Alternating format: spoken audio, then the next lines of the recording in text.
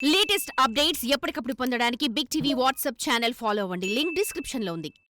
దేశం నుంచి ఇక్కడ నిజామాబాద్ ఉన్నాం ఒక 2-3 నెలలు. అంటే వీడియోలు ఉన్నన్ని రోజులు ఉండి నేను వీడియోలు చేసుకొని వస్తుంటే అమ్మాయి రూమ్ ఉంటుండే కంటెంట్ రాస్తుండే. ఇక మొన్న సడన్గా ఇట్లా ఇంటర్వ్యూలు ఫేమ్ అయిన నుంచి ఇంటర్వ్యూలకు పోయినాం. ఇంటర్వ్యూలకు కూడా ఆయన కార్లోనే పోయినాం. తీసుకుపోయినాం. మంచిగానే ఉండే ఇంటర్వ్యూ కూడా చేసినాం. ఇక ఫేమస్ అయినాం కదా. ఇక ఆమెకు వచ్చే రికార్డింగ్లు ఆమెకు వచ్చినాయి, నాకు వచ్చిన రికార్డింగ్లు నాకు వచ్చినాయి. అయితే అక్క వాళ్ళ ఇంటికి 20 రోజులు ఉండే కదా. ఇక అక్కడి నుంచి అటే వెళ్ళిపోయింది ఇక అమ్మాయి. నేను పెళ్ళైన నుంచి ఇక నేను పెళ్ళికోలేను. ఫస్ట్ ఆఫ్ ఆల్ పెళ్ళికి రమ్మంటే మా చింత చనిపోయింది ముట్టుంటుందని నేను పోలేను, పెళ్ళికోలేను. పెళ్ళైన నుంచి ఇక కలవలేదు. పెళ్ళికోలేనని వారం రోజులు మాట్లాడలేదు. ఇక నన్ను చిక్కి అనుడు తక్క.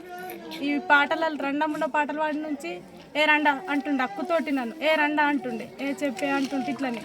అయితే మొన్న వారం రోజుల కిందటనే ఇద్దరం ఎంజాయ్గా అంటే ఇద్దరు వెండాల ముద్దుల మోగడని ఒక సాంగ్, అంటే ఆమెకు వచ్చిన ఆఫరే చిక్కి మనం ఇద్దరం పడితే మంచిగా ఉంటుందట అంటే ఇద్దరిని వెళ్తే మొన్న 1 వీక్ అవుతుంది. ఇద్దరు వచ్చిర్రు కార్లో వచ్చిర్రు. రికార్డింగ్ పోయినాం, రికార్డింగ్ చేసినాం. అప్పుడు కూడా అడిగిన డ్రెస్సులు తీసుకుపోలేదు కదా, డ్రెస్సులు కొనుక్కున్నావా అని. ఎట్లున్నావు మంచిగా ఉన్నావంటే ఏ రండా ఎప్పుడు నీకు అవే కాల ఇక్కడ పాట నేర్చుకో అని నన్ను గదిరించి పెట్టింది. 2 రికార్డింగ్లు నేను పాట నేర్చుకున్న పాట వన్నాం 12 అయింది రికార్డింగ్ స్టూడియోలో.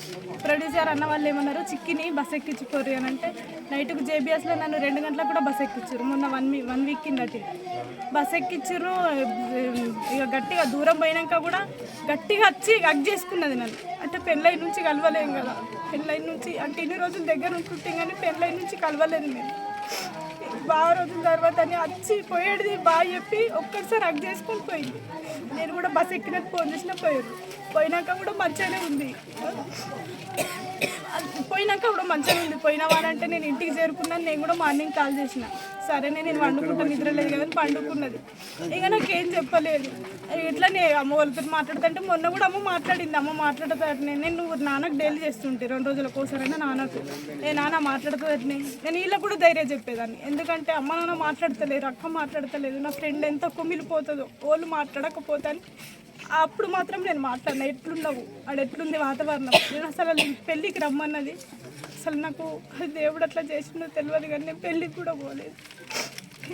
అసలు నాకేం చెప్పలేదు. ఇంత జరిగింది. నన్ను లాస్ట్ మేము కలిసినామంటే మొన్న రికార్డింగ్లో అంతే, అది ఇంకా రిలీజ్ కూడా కాలేదు, మేకింగ్ వీడియో అయిపోయింది.